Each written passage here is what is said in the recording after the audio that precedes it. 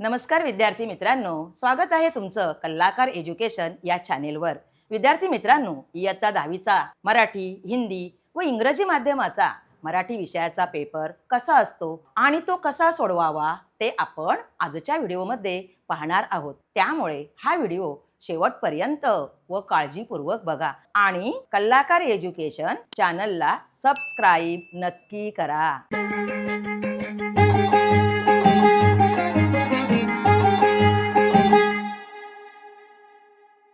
मराठी विषयाचा हा पेपर 80 गुणांचा असतो।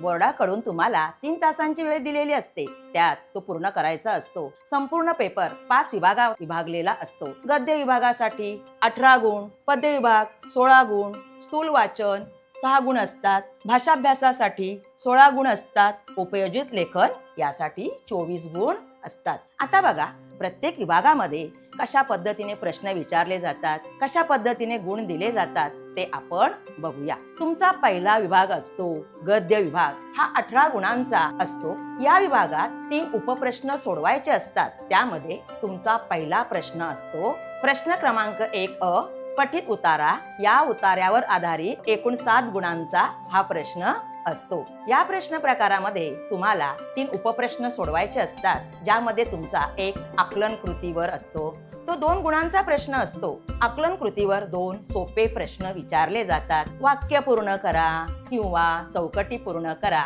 या प्रश्न प्रकारासाठी पाठ्यपुस्तकातील कोणत्याही एका धड्याचा परिच्छेद दिलेला असतो आणि त्यावर आधारित हे प्रश्न तुम्हाला सोडवायचे असतात। अगदी सोपे प्रश्न आकलन कृतीवरती विचारले जातात। त्यानंतर दुसरा प्रश्न असतो आकलन कृतीवर आधारित, तो देखील 2 गुणांचाच असतो। त्यानंतर स्वमत कृतीवर आधारित 3 गुणांसाठी, स्वमत म्हणजे स्वतःचे मत मांडायचे असते।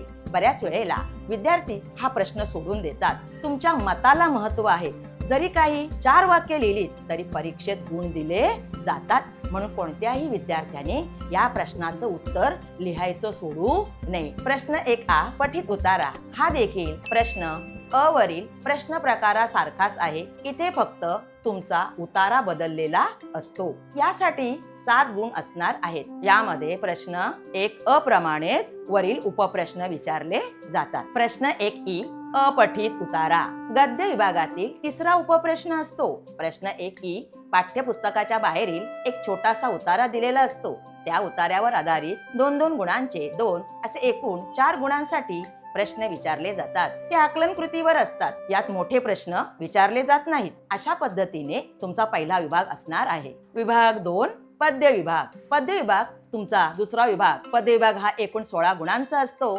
सर्वात प्रथम मराठी माध्यमाचे स्वरूप पाहूया। यात 3 प्रश्न विचारले जातात। तुमच्या पाठ्यपुस्तकात एकूण 7 कविता आहेत, तर प्रत्येक कवितेचा तुम्हाला सरळ अर्थ माहीत असला पाहिजे। या सर्व 7 कविता समजून घ्यायच्या आहेत, कारण प्रश्नपत्रिकेमध्ये रसग्रहण, काव्य सौंदर्य, सरळ अर्थ यावरती प्रश्न विचारले जातात। त्यामुळे पद्य विभागाचा अभ्यास करताना कवितेचे वाचन व तिचा सरळ अर्थ समजून घ्यायला पाहिजे। सुरुवातीला आपण मराठी माध्यमाचा पद्य विभाग पाहूया। पद्य विभाग यात एकूण 16 गुणांचा हा विभाग असतो। या विभागामध्ये 3 उपप्रश्न विचारले जातात। प्रश्न क्रमांक 2 अ, पठित पद्य, हा प्रश्न 8 गुणांसाठी असतो। पहिला आहे आकलन कृती, 2 गुणांसाठी आकलन कृतीवर प्रश्न येत असतात किंवा आपल्याला कृती करायची असते। दुसरा असतो आकलन कृतीवर, तो देखील 2 गुणांसाठीच असतो। तिसरा असतो सरळ अर्थ लिहा। यामध्ये कधी कधी तुम्हाला 4 ओळी कवितेच्या येणार, तर कधी 2 ओळी येतात।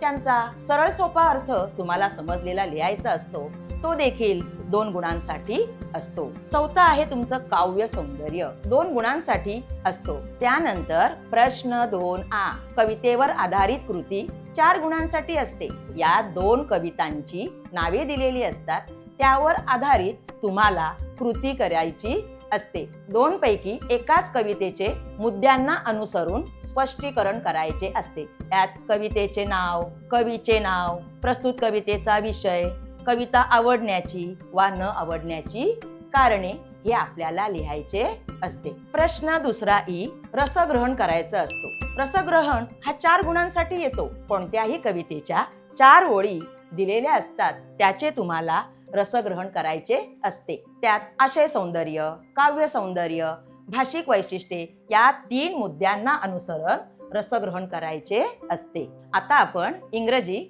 आणि हिंदी माध्यमाचा पद्य विभाग पाहूया. तो देखील 16 गुणांसाठी असतो आणि पाठ्यपुस्तकातील कवितेवरच आधारित असतो. त्यातील पहिला प्रश्न 2 पठित पद्य 8 गुणांसाठीच असतो. एक आकलन कृती 2 गुणांची असते.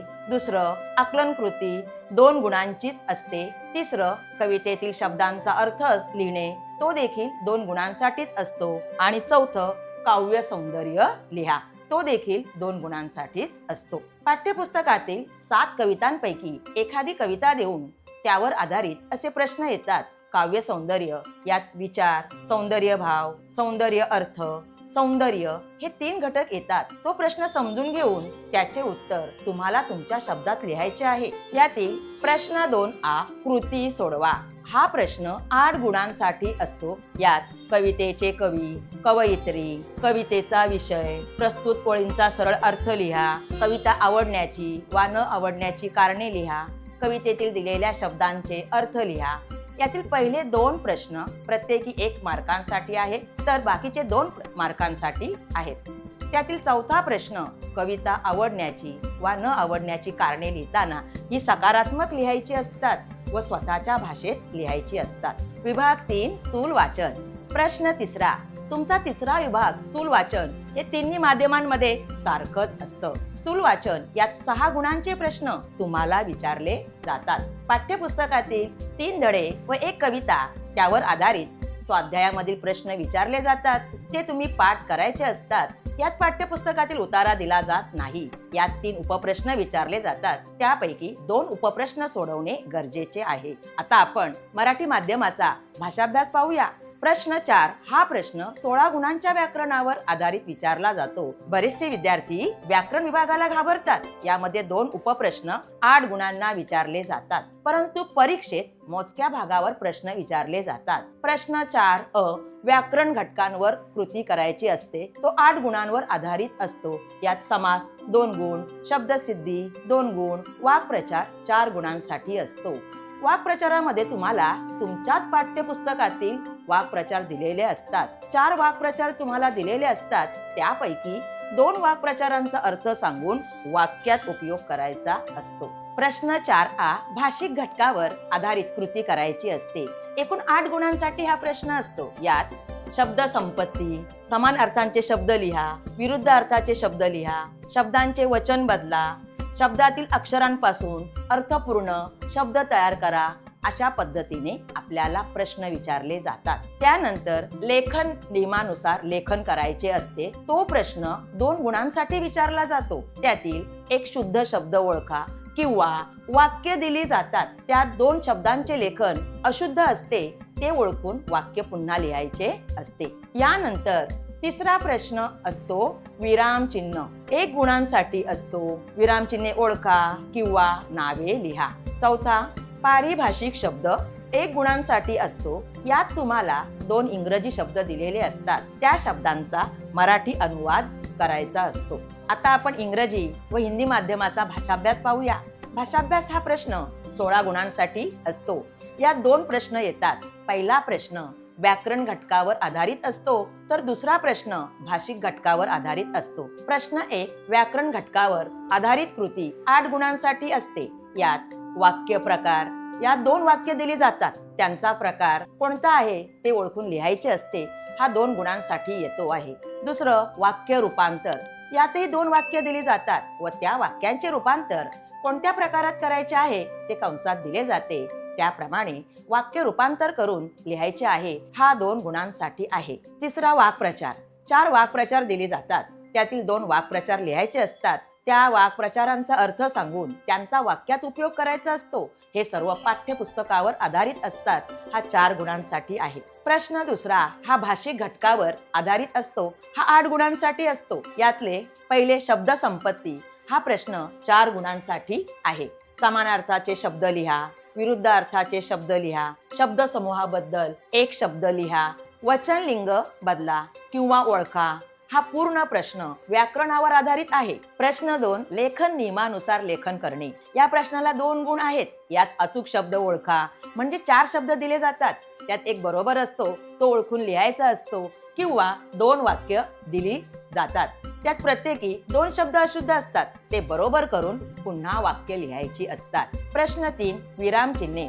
याही प्रश्नाला 2 गुण आहेत. यात विरामचिन्हांची नावे देऊन चिन्ह काढायला सांगतात, किंवा विरामचिन्हे देऊन त्यांची नावे लिहायला सांगतात, किंवा 2 वाक्य दिली जातात, त्या वाक्यात योग्य विरामचिन्हांचा उपयोग करून वाक्य पुन्हा लिहायची असतात. विभाग 5, उपयोजित लेखन.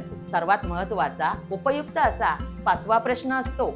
उपयोजित लेखनाचे एकूण 24 गुणांचे प्रश्न यात विचारले जातात. हे प्रश्न कशा पद्धतीचे असतात? प्रश्न क्रमांक 5 या 2 पैकी एक कृती सोडवायची असते. हा प्रश्न 6 गुणांचा असतो. 1, पत्रलेखन. यात मागणी पत्र, विनंती पत्र, अभिनंदन पत्र, औपचारिक व अनौपचारिक असे पत्रलेखन असते. या 2 पैकी एक पत्रलेखन करायचे असते. दुसरं, सारांश लेखन. प्रश्न क्रमांक 1 ई मध्ये जो अपठित उतारा असतो त्याचा सारांश लेखन 6 गुणांसाठी करायचा असतो. तसेच प्रश्न क्रमांक 5 आ मध्ये 3 पैकी 2 कृती सोडवायच्या असतात. हा प्रश्न 10 गुणांचा असतो. यात 5-5 गुणांच्या 2 कृती सोडवायच्या असतात. यामध्ये प्रश्न क्रमांक 5A1 मध्ये जाहिरात लेखन, बातमी लेखन, कथा लेखन यापैकी कोणत्याही 2 कृती सोडवायच्या असतात. यानंतर तुमचा शेवटचा प्रश्न असतो प्रश्न क्रमांक 5E. यामध्ये 3 पैकी 1 कृती सोडवायची असते. हा प्रश्न 8 गुणांचा असतो. यात प्रसंग लेखन, आत्मकथन, वैचारिक लेखन या 3 पैकी तुम्हाला जो सोपा वाटेल त्या एकाच विषयावर कृती लिहायची असते. तर विद्यार्थी मित्रांनो, अशा पद्धतीने तुम्हाला मराठी विषयाचा पेपर परीक्षेत विचारला जातो. आजच्या व्हिडिओमध्ये आपण बघितलं, यात आपण सर्व घटकांची माहिती बघितली. सर्व विद्यार्थ्यांना आमच्या कल्लाकार एज्युकेशन चॅनल तर्फे परीक्षेसाठी हार्दिक शुभेच्छा. मित्रांनो, तुम्हाला हे कल्लाकार एज्युकेशन चॅनल वरचे व्हिडिओज कसे वाटले हे आम्हाला कमेंट करून नक्की सांगा. आणि तुम्हाला अजून कोणकोणत्या विषयावरचे व्हिडिओ बघायला आवडतील हे सुद्धा कमेंट मध्ये नक्की सांगा. आम्ही 10वीच्या विद्यार्थ्यांसाठी प्रत्येक विषयानुसार पेपर कसा सोडवावा, तो पेपर सोडवताना कोणते मुद्दे लक्षात घ्यावेत याविषयी विस्तृत माहिती असलेले व्हिडिओ तुमच्या भेटीसाठी घेऊन येणार आहोत. ते सुद्धा तुम्ही नक्की बघा. पण त्याआधी हा व्हिडिओ लाईक करा आणि जास्तीत जास्त विद्यार्थ्यांसोबत शेअर करा. आणि आपल्या कल्लाकार एज्युकेशन चॅनलला नक्की सबस्क्राईब करा. धन्यवाद.